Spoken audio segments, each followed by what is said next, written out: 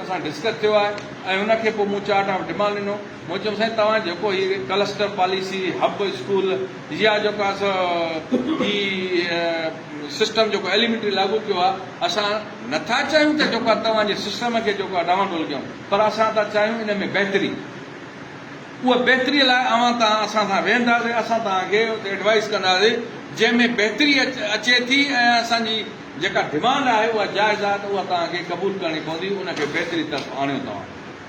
हीअ असांजी जेका ज़रूरत आहे। असां कॾहिं नथा चऊं त हिकिड़ो सिस्टम आहे त जेको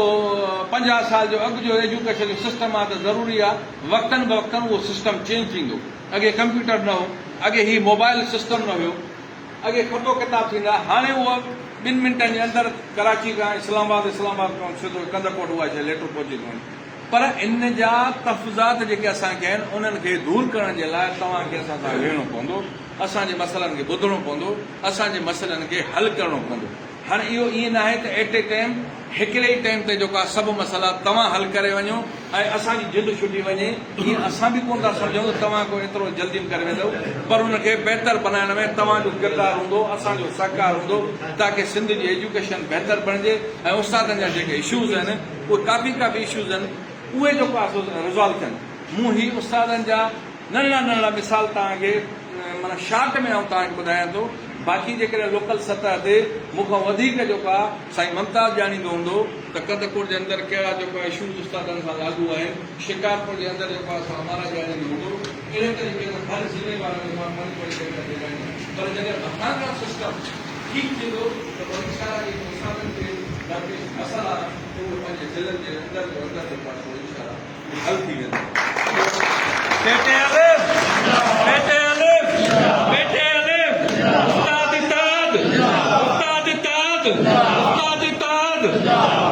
बदकिस्मती सां असांजो मुल्क पाकिस्तान,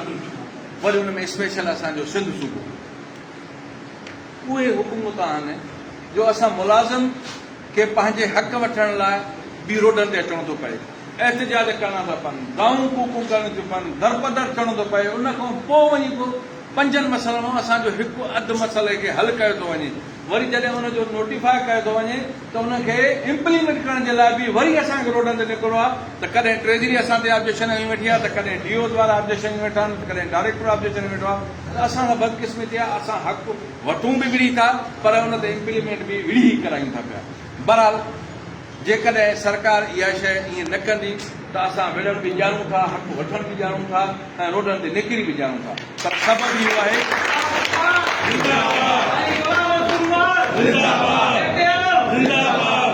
उन्हीअ जे लाइ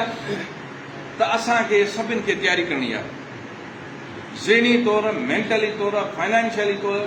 वक़्ती तौरु जेको आहे इहो असांखे सभिनि खे पाण खे तयारु रहणो आहे त बाबा जेकॾहिं सरकार असांजा मसइला हल नथी करे त पोइ ही तव्हांजी जेका क़यादत आहे इहा तव्हांजे अॻु में हूंदी, अव्हां हुनजे गॾु हूंदो, एसी ताईं वापसि न थींदा जेसीं तव्हांजे मसइलनि खे कंहिं न कंहिं त उनखे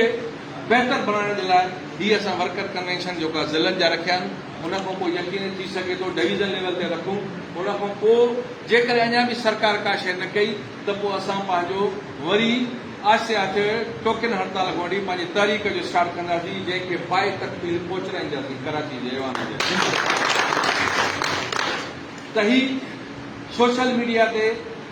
मुंहिंजा क़ाबिल एतिराम दोस्त, मूंखे उन्हनि जे लाइ रिस्पेक्ट आहे, पर घटि में घटि मुंहिंजी उन्हनि खे गुज़ारिश आहे त बाबा सुबुह जो घर मां उथी ऐं चाहे जो को बि ख़ुदा वास्ते अहिड़ियूं पोस्टूं न लॻायो जंहिंसां सिंध जे तालीम ते, उस्तादनि जे मसइलनि ते, उस्ताद जे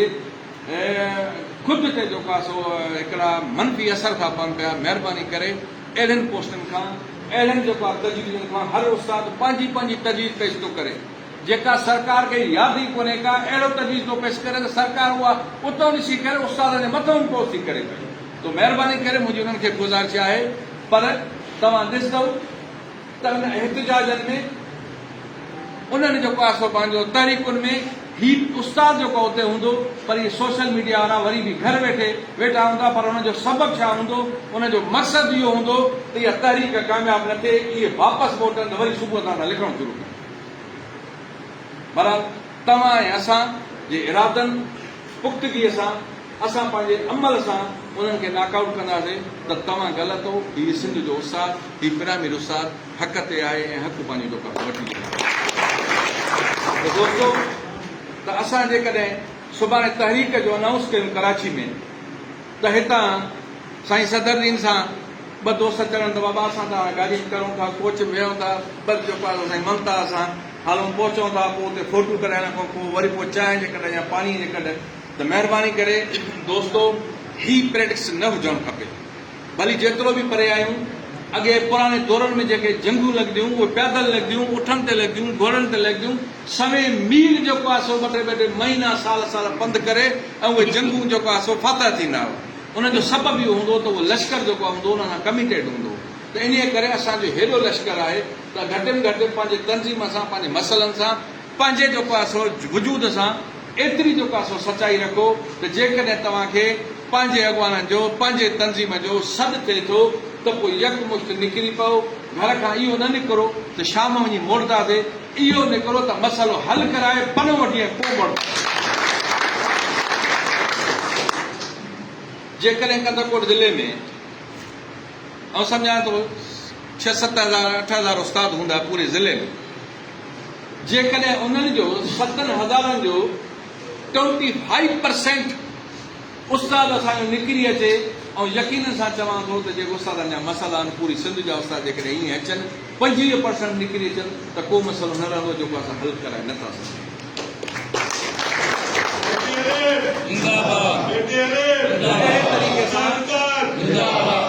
अहिड़े तरीक़े सां जॾहिं बि असां सॾु कयो आहे त कंदरकोट वारे दोस्तनि पोइ पे न ॾिनो आहे, हालांकि जे सिंध जे आख़िरी छेड़े लाइ ज़िलो जेको आहे तालुक रखे थो, पर उनजे बावजूदि असां जॾहिं पंहिंजो स्टार्ट वरितोसीं, हिननि जेको वर्कर कम्युनिटी जो स्टार्ट वरितोसीं त असां पहिरियां ई जेको आहे सो इंतिखाब ज़िले कंदरकोट कश्मीर जो कंदरकोट जो